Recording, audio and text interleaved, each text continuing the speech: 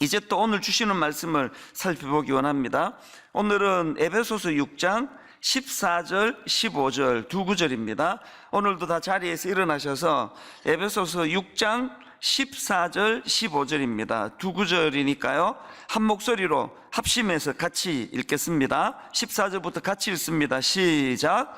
그런즉 서서 진리로 너희 허리띠를 띠고 의의 호심경을 붙이고 평안의 복음을 준비한 것으로 신을 신고. 아멘. 자, 이제 자리에 앉으시기를 바랍니다.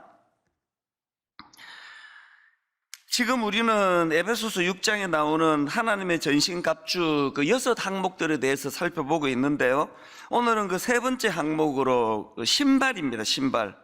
방금 읽은 15절, 평안의 복음이 준비한 것으로 신을 신고. 오늘도 저는 이 본문 15절 말씀을 그 나오는 내용들을 가지고 세 파트로 나누어서 이제 세 가지 항목으로 설명을 드리려고 하는데요, 이 15절에 나오는 세 파트로 나눌 수 있는 말씀 중에서 맨 먼저 다루고 싶은 건 그 끝에 나오는 한마디입니다. 신을 신고.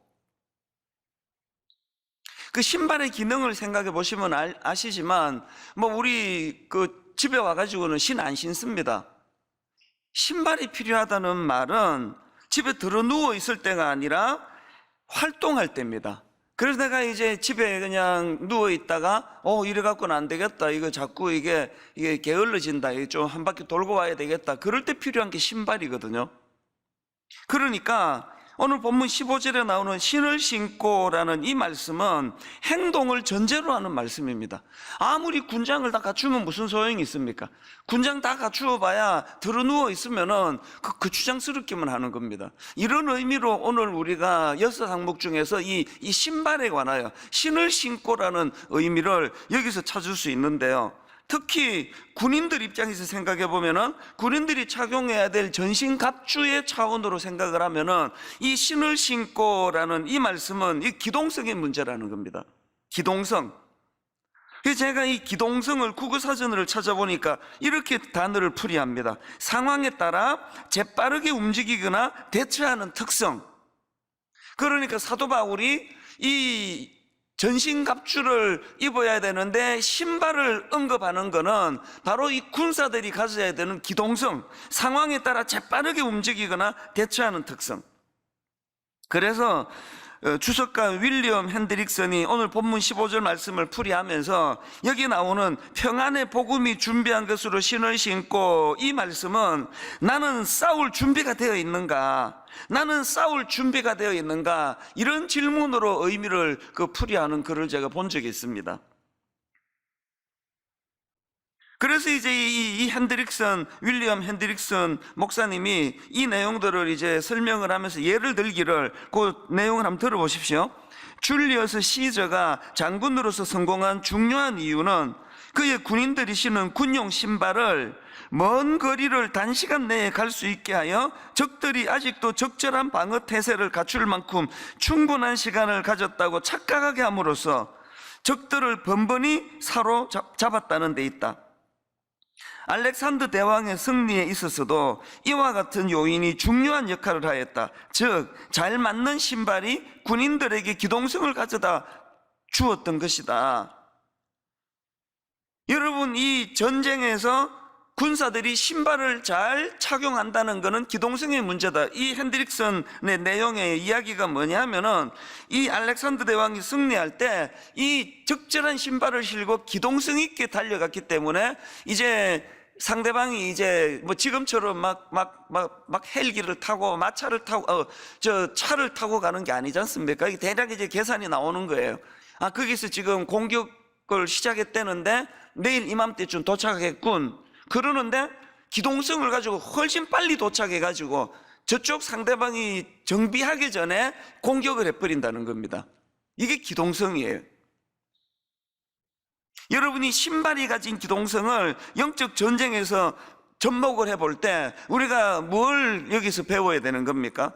적과의 싸움에서 그냥 끌려다니는 소극적인 태도가 아니라 능동적으로 적극적으로 대처하는 태도, 기동성을 가지고 달려가는 태도, 이게 신앙생활에 필요하다는 겁니다.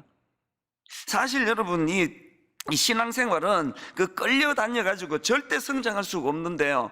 저 같은 모태신앙, 무슨 목회자 가정에서 자란 아이들이 가질 수 있는 위험이 바로 이런 점입니다. 늘 어릴 때부터 신앙의 환경 속에서 자라다 보니까 뭐 절대로 교회를 떠날 수는 없다는 그 확신은 있지만 기동성이 약해요.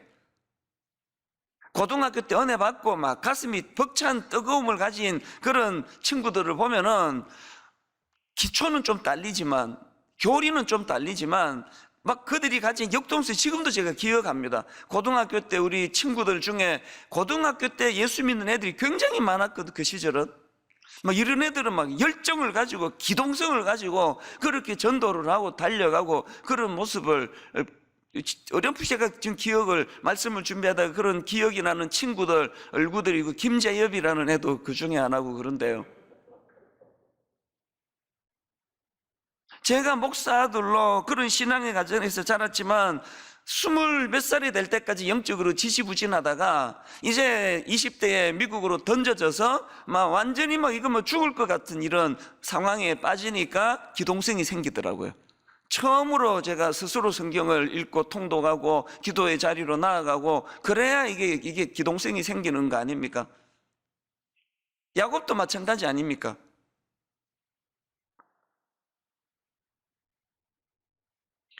저는 비교적 많은 교회를 방문할 기회가 있고 또 많은 목사님들을 만날 기회가 있는 그런 사람인 게 참 감사한데요. 제가 교회를 방문해서 집회를 인도하거나 또 다른 어떤 일로 교회를 방문해서 딱 공기만 보면은 이 교회가 어떤지 알아요.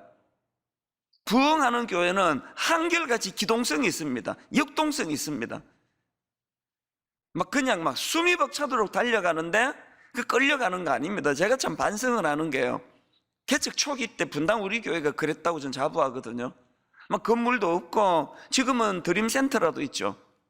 이거 뭐 송림고등학교 주중되면은 이게 아이들 때문에 잘 쓰지도 못하는 이런 상황인데 겨우 이 본당 위층에 학교가 허락해 주신 공간에다가 주일학교를 하고 뭐 그렇게 지냈지만, 그리고 여기서부터 거의 뭐 5층, 제가 한 7, 8층 건물이거든요. 고가 높아가지고 엘리베이터 하나 없이 제자 훈련하고 또 주일학교 교사들 들어갈 때 막 생수 같은 거 그 묵은 걸 다 들고 다니고 이러는데, 감히 말씀드리지만 분당 우리 개척 초기는 상상할 수 없는 역동성이 있었습니다. 기동성이, 교회 건물이 없으니까 막 가정을 오픈하고 또 직장에 또 공간을 오픈하고 오피스텔을 오픈하고, 그 제 개척 초기에는 야성을 회복하자 막 이런 소리 엄청 많이 한 것 같은데 요즘에 그 얘기가 쑥 들어갔습니다.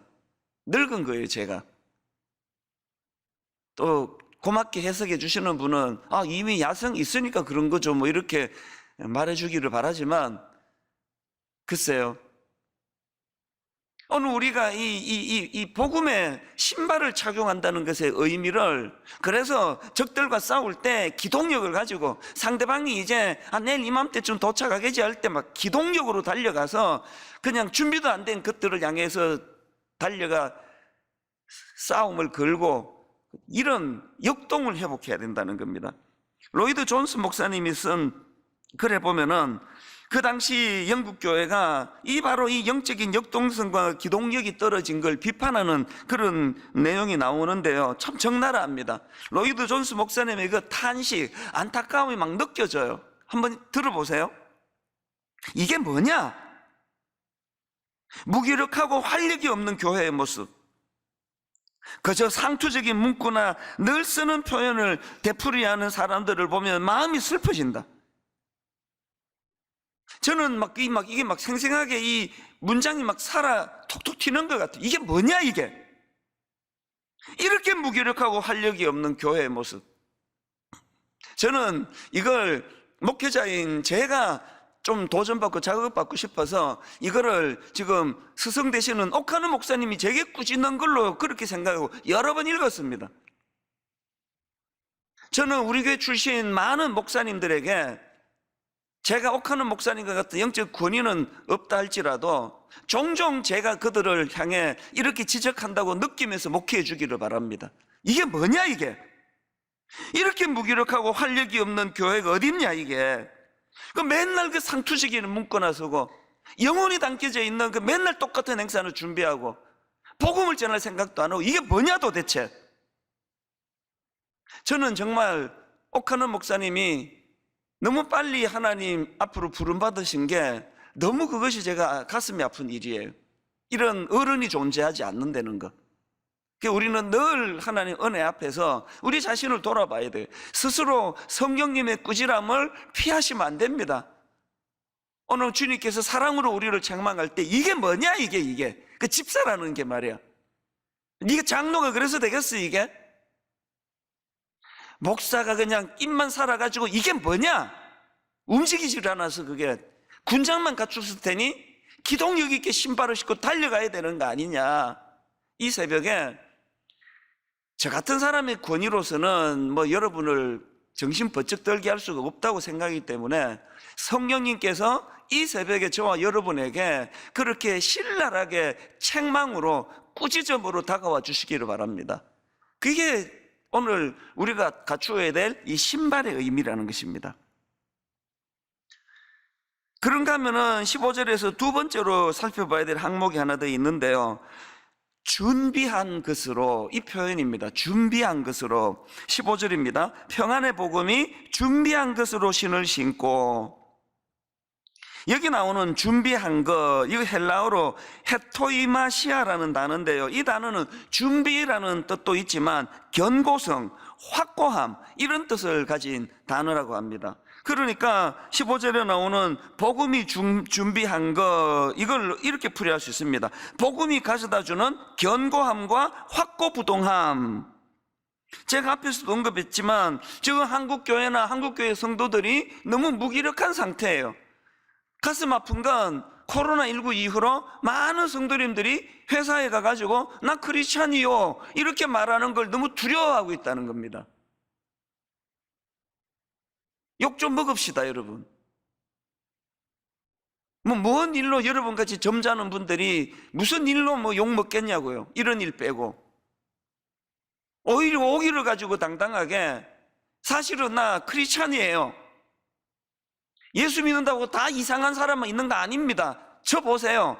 말은 그렇게 하지 않겠지만 이런 어떤 복음이 가져다주는 확신을 좀 가지자고요. 맨날 그냥 그냥 이게 겸손인지 비굴인지, 진짜 겸손한 사람은 하나님 앞에서 늘 참 무릎 꿇고 자기를 낮게 여기지만 사람 앞에서는 당당한 게 겸손이에요. 사람 앞에서 비굴한 걸 겸손이라 생각하시면 안 됩니다.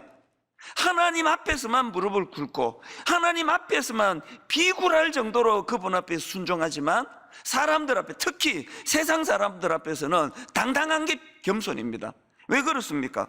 여기 나오는 준비한 것, 평안의 복음이 준비한 것으로 신을 신고, 우리가 신어야 될, 우리가 갖추어야 될 신발은 복음이 가져다주는 견고함과 확고부동함으로 준비된 신발이라는 거예요. 이게 전쟁에서 그냥 숫자의 문제가 아닙니다. 얼마나 확고부동한, 그래서 여러분 군인들이요, 일반 병사들의 그 힘도 실력도 중요하지만 특수훈련을 받은 이 사람들의 그 실력이 가장 중요한 거 아닙니까?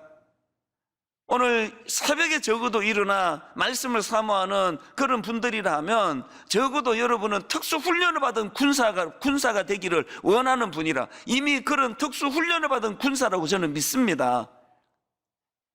여러분 복음의 신발을 신어야 되는데요, 그 복음의 신발은 복음이 가져다주는 견고함과 확고부동함으로 준비된 신발이어야 돼요.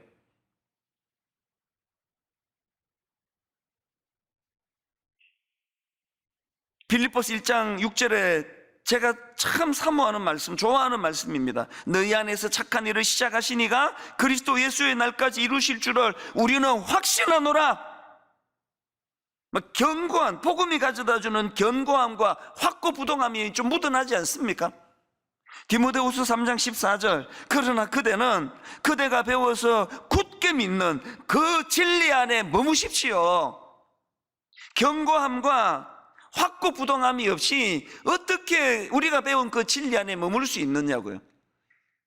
너무 많은 크리스찬들이 진리 안에 머무는 게 아니라 진리 안에 잠깐 발 담궜다가 아닌가? 또 나갔다가 또 계기를 맞고 두들겨 맞고 또 들어왔다가 이거 아닌가? 또 나갔다가 이거 몇 번을 지금 반복하고 계시느냐고요, 이걸. 이번에 우리가 전신갑주를 입기를 사모하면서 이 주제로 말씀을 나누는 거는 우리 수많은 교역자들이 지금 이 새벽을 위하여 얼마나 많이 몸부림치며 기도하며 애쓰는 그런 몸부림이 왜 필요한가 하면은 이제는 좀 복음이 가져다주는 견고함과 확고부동함을 가지고 이제는 우리가 배워서 굳게 믿는 그 진리 안에 좀 머물기를 원한다는 게, 진리 안에 머물기를 원한다. 그래서 로마서 8장 38절부터 한마디 한마디 이거를 시시하게 읽는 건 난 범죄 행위라 생각합니다.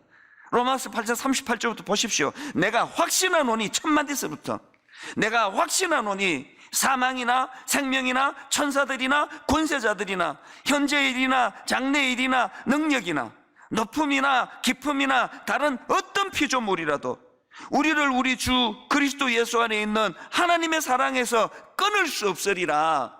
각 가정에서 이 대목에서 여러분 나지막하게라도 아멘으로 화답하시기를 바랍니다.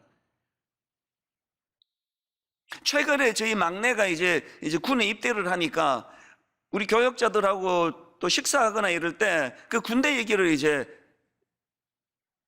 들려주는 그런 교역자들이 간혹 있는데요. 그 지난주에는 그 점심을 같이 먹는데 우리 교역자 하나가 그런 얘기를 하더라고요. 지금은 코로나19 때문에 뭐 그런 행사가 다 생략이 돼가지고 그냥 애를 그 정문 앞에 떨어뜨리면 주고 와야 되는데 예전에는 부대 안으로 들어가서 그 행사를 했다 그러더라고요. 입소식이라고. 근데 이 교육자가 제게 들려준 얘기가 뭐냐 하니까 이제 부모님들 여건이 되는 분들은 다 부모님들 뭐 대부분이 막 시간을 뺏으라도 당연히 다 현장으로 가죠. 그래서 행사를 다 끝내고 마지막으로 헤어질 때 자기가 관찰한 바로는 그 부모들 특히 엄마가 막 울면서 맨 마지막에 헤어지기 전에 그 아들 신발을 다시 매주는 걸 많이 봤다는, 근데 뭉클하더라고요. 왜 여러분 이제 아들을 군대로 보내 너무너무 가슴이 아프고 잠깐 헤어지는 거지만 너무 그 슬픈 마음에 빠져있던 엄마가 맨 마지막으로 무릎을 꿇고 그 아이 허리를 숙이고 그 아이 신발을 왜 새로 끈을 매주겠습니까? 딱 이 방금 제가 설명해 드린 준비한 것으로 헤토이마시아라는 견고성, 확고함, 기왕이 군대 생활하는데 끌려온 것처럼 그렇게 소극적으로 군 생활하지 말고 신발끈을 바짝 메고 적극적으로 훈련에 임하고 당당하게 그렇게 임하라. 그 모든 엄마의 메시지가 참 눈물의 신발끈을 매주시는 그 행위 속에 다 담겨 있는 거 아닙니까? 저는 이런 상상을 해봐요.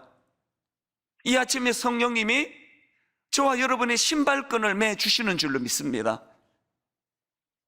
기왕 예수 믿는데 그렇게 끌려다니지 말고 맨날 그렇게 예수 믿는 사람들은 그냥 한 템포 늦게 죄 짓는 사람이 아니야.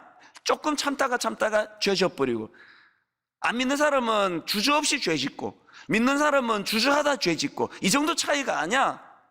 신발끈을 새로 매고 복음의 역동성을 다시 한번 기억하고 복음이 가져다주는 견고함과 확고부동함을 가지고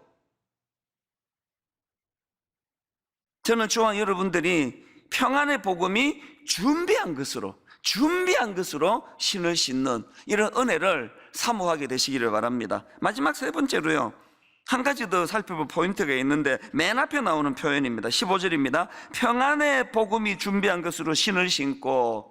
우리가 살펴볼 것은 이 평안의 복음이에요.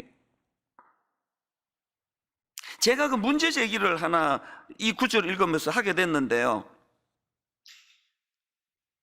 지금 복음을 강조하는데 복음의 어떤 속성? 평안의 복음이래요.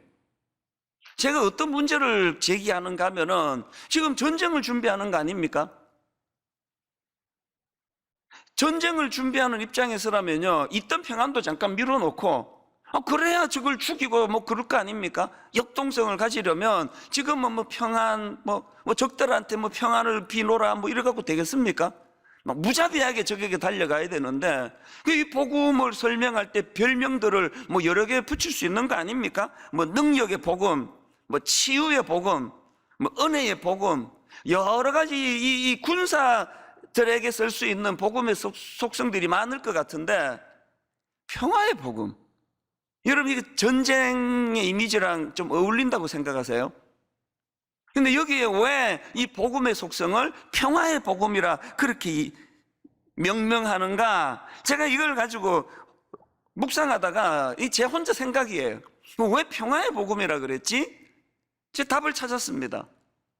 세속적인 전쟁은요, 무자비하게 죽이고 초토화 만들고 그래서 잔인해지고 내가 온유하게 상대방을 대해가지고 그래갖고는 오히려 이거 뭐 전쟁을 치를 수 없지만 영적인 전쟁은 차원이 다른 전쟁입니다.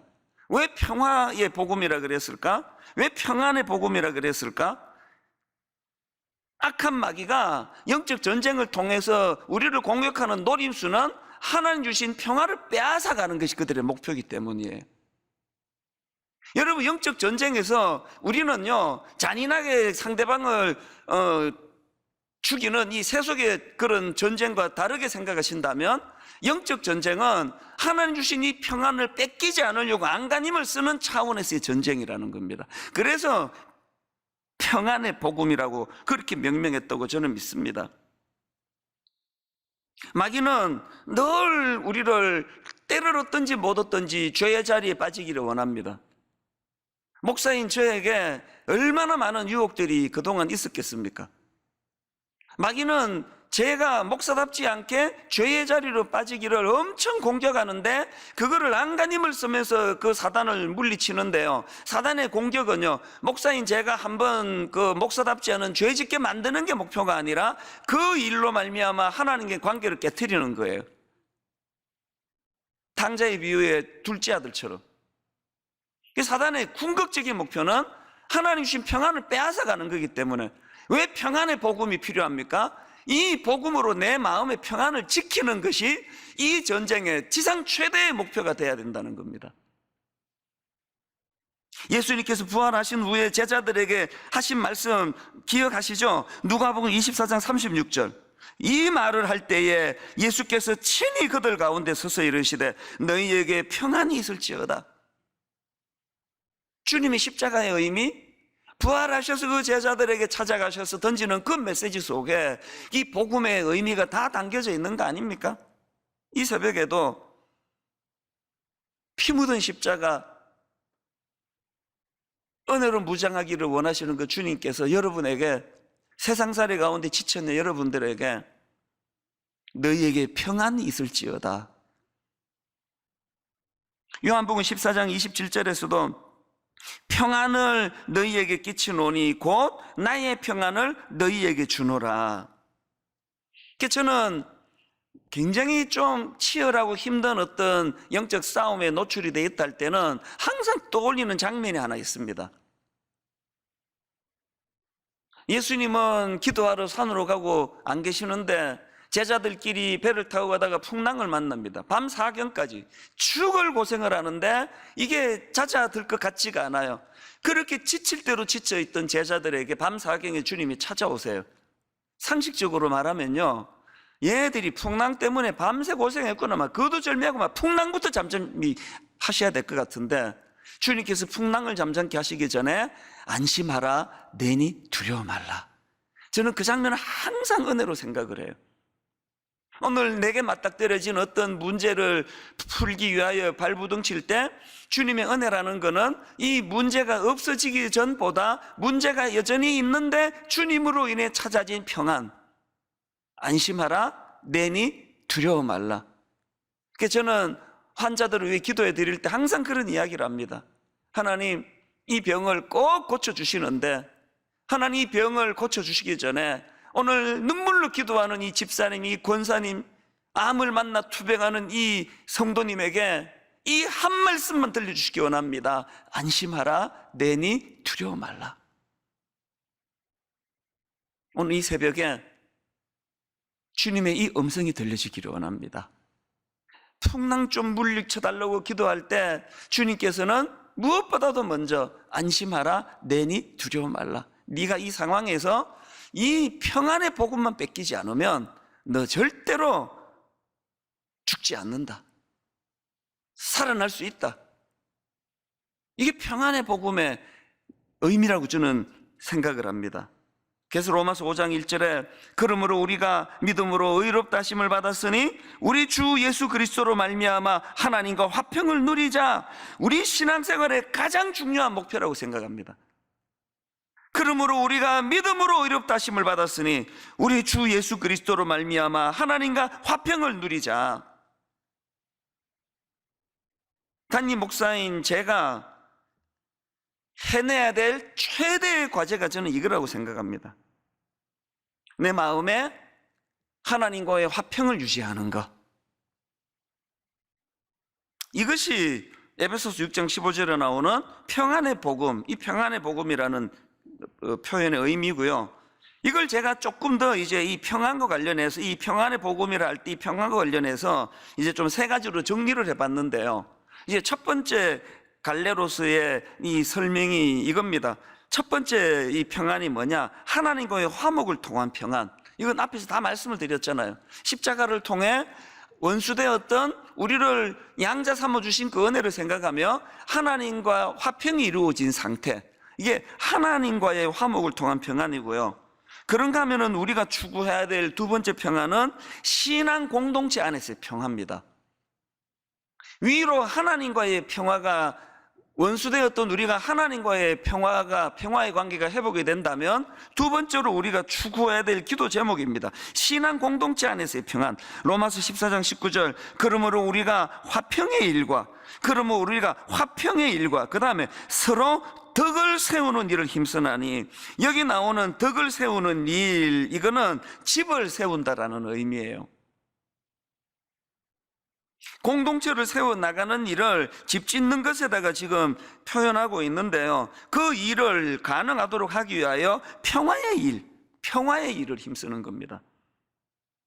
그래서 여러분, 교회들이요, 작년에 100명이었는데 150명이 됐습니다. 그걸로 좋은 교회라고 그렇게 말하면 안 됩니다. 분당 우리 교회가 지금 얼마나 모입니다. 그 숫자로 우리 교회를 평가하는 거, 그건 굉장히 나쁜 평가예요. 그 교회의 수준은요, 성도 간의 화목입니다. 분당 우리 교회 교역자들에게 신신당부하고 저는 한 가지 자부합니다. 저희 교회 교역자들처럼 서로 화목하고 서로 위해주고 서로 사랑하고 그런 분위기를 가진 교회 별로 없다고 저는 확신합니다. 왜 그래야만 됩니까? 그게 그 교회를 세워나가는 가장 중요한 밑바탕에 깔려있는 에너지거든요. 빌레몬서 1장 7절에서도 형제여 성도들의 마음이 너로 말미암아 평안함을 얻었으니, 성도들의 마음이 너로 말미암아 평안함을 얻었으니 내가 너의 사랑으로 많은 기쁨과 위로를 받았노라. 다락방 공동체 안에서 지금 함께 사랑할 수 있는, 만나서 대면해서 함께 교제하고 사랑할 수 있는 여건이 안 될 때, 이때 여러분의 실력이 드러나는 거예요. 한 6개월 대면 안 하고는 새까맣게 잊혀지고 산다면 그게 우리의 영적인 실력입니다. 너무너무 사랑하는 마음으로 축복하고 기도하고 유튜브에 정의의 이름으로, 하나님의 이름으로 막 그냥 이 사람도 공격하고 저 사람도 공격하고, 그게 그 사람의 실력인 거예요. 하나님과의 화평이 이루어진 관계는 자격 하나도 없는 나 같은 걸, 변명의 여지가 없이 죽을 수밖에 없는 나 같은 걸 놀라우신 그 사랑으로 품어주셔서 하나님의 관계가 회복이 됐다, 이 사실을 안다면 그렇게 신랄하게 누구를 공격하고 만인 앞에 그를 벌거벗기고 그걸 정의라고 생각하시면 안 됩니다.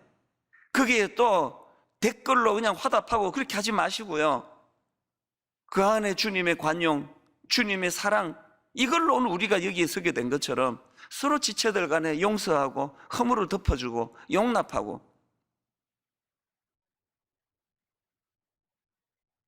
고린도 교회를 주님이 얼마나 가슴 아파하셨겠습니까? 사도 바울의 그 지도자 사도 바울의 그 심정을 한번 보십시오.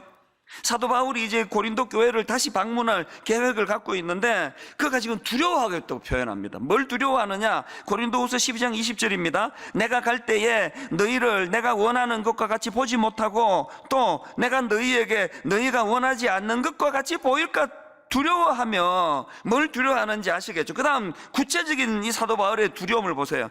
그들이 지금 이런 태도를 가지고 있을까봐 다툼과 시기와 분냉과 당짓는 것과 비방과 수군거림과 거만함과 혼란이 있을까 두려워하고, 다시 내가 지금 고린도 교회를 방문할 계획을 세우고 있다 보니까 예전에 고린도 교회 안에 있던 문제들이 아직도 해결이 안 되고 여전히 이러고 있을까봐 내가 두렵다는 게 두렵다는 거예요. 오늘 한국 교회를 향한 주님의 참 가슴 아픈 표현들이 여기 다 담겨 있다고 생각합니다. 허구한 날 네 탓이니 내 탓이니, 그거는요 화목이 뭔지를 모르는 분들입니다. 주 안에서의 화목은 그런 상대방의 허물을 다 뒤덮어 버릴 정도로, 허다한 허물을 뒤덮어 버릴 정도로 사랑하는 거, 이게 하나님과의 화해가 이루어진 사람의 특징이어야 한다는 것입니다.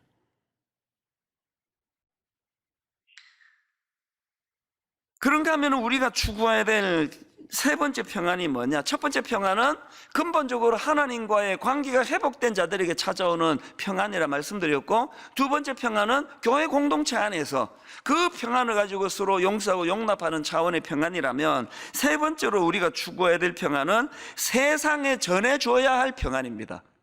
새생명 축제를 앞두고 있는데요, 새생명 축제의 의미를 여기에서 찾으셔야 합니다. 세상에 전해줘야 될 평화, 평안. 에베소서 2장 14절을 보십시오. 그는 우리의 화평이신지라 둘로 하나를 만드사 원수된 것 곧 중간에 막힌 담을 자기 육체로 하시고, 이 말씀 속에는 원수되었던 유대인과 이방인이 주의 복음으로 하나가 되었다는 그런 의미를 담고 있지만, 그러나 여러분 이 말씀을 얼마든지 적용할 수 있습니다. 오늘 그리스도의 복음으로 세상 사람들과 우리가 화평을 회복해야 되기 위해서 그들을 전도하고 교회로 초청하고, 그들이 하나님과의 이 관계가 회복이 되어 그 내면의 두려움을 없애주는 하나님과의 평화의 관계가 이루어지도록 도와주는 일을 하는 거, 이게 새생명 축제입니다.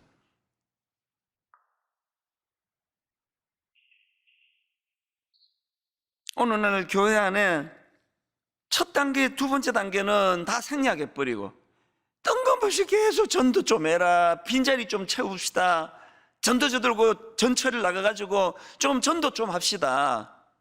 그런 에너지 열정 귀하지만요, 여러분 그렇게 복음을 전하려고 전도자 들고 전철로 가려면 그 앞에 첫 번째 항목, 두 번째 항목이 먼저 이루어져야 됩니다. 내가 하나님과 관계가 회복이 되고 내면의 두려움과 근심이 하나님과의 관계가 회복된 자들에게 찾아오는 샬롬으로 충만해지고, 그 샬롬으로 충만한 성도들이 모여 서로 사랑하고 신뢰하고 서로 축복하고 나보다 남을 낮게 여기고 저 사람을 위하여 손해보는 거, 그거 참 기쁨으로 여기고, 그 충만함이 넘쳐서 나오는 게 세 번째 단계, 이 평안을 세상에 전해줘야 한다, 이게 돼야 되는데, 첫 단계, 두 번째 단계는 지금 뭐 이게 완전히 지금 뒤죽박죽이 돼 있는데 전도지만 돌려서 복음이 전해지는 게 아닙니다. 그래서 여러분, 저희 교회가 가을마다 새생명 축제를 하는 그 앞에 특별 새벽 부흥을 하는 이유가 여기에 있습니다.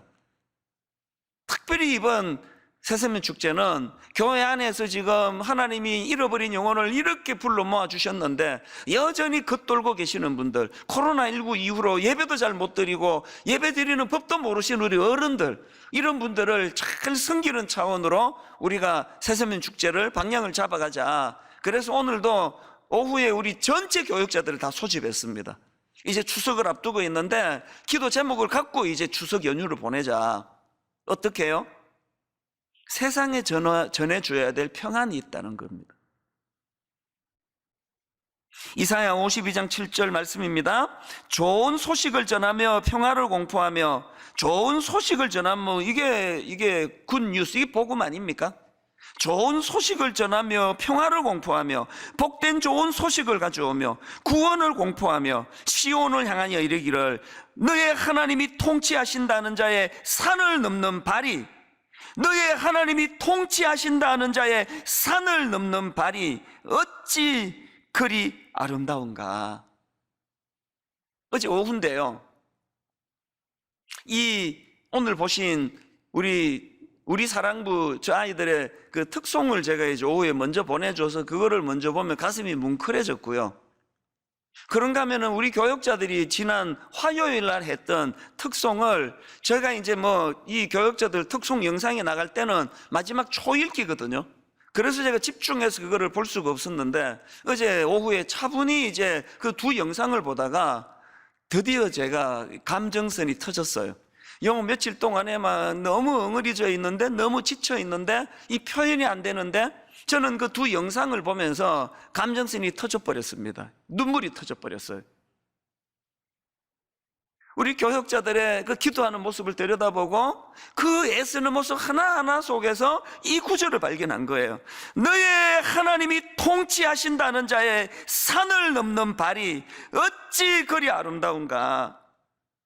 마음이 이렇게 울컥하면서 눈물이 나는 거예요. 오늘 그 영상을 다시 한번 보여줄 수 없느냐고 방송실에 부탁을 해놨는데요, 여러분 저 영상을 이 말씀에 대비해서 한번 읽어보시면 좋겠습니다. 이사야 52장 7절, 좋은 소식을 전하며 평화를 공포하며 복된 좋은 소식을 가져오며 구원을 공포하며 시온을 향하여 이르기를 너의 하나님이 통치하신다는 자의 산을 넘는 발이 어찌 그리 아름다운가. 이 새벽 부흥회를 위하여 애쓰고 수고하는 우리 직원들과 우리 교역자들의 애쓴 몸부림 하나하나가 아름다운 발이에요. 그리고 이제 새세문 축제를 향하여 하나님 알지 못하는 세상 사람들을 향하여 이 평화를 전하기 위하여 이리저리 애쓰는 그 흔적 모두가 다 산을 넘는 발이 어찌 그리 아름다운가, 여기에 해당되는 거예요.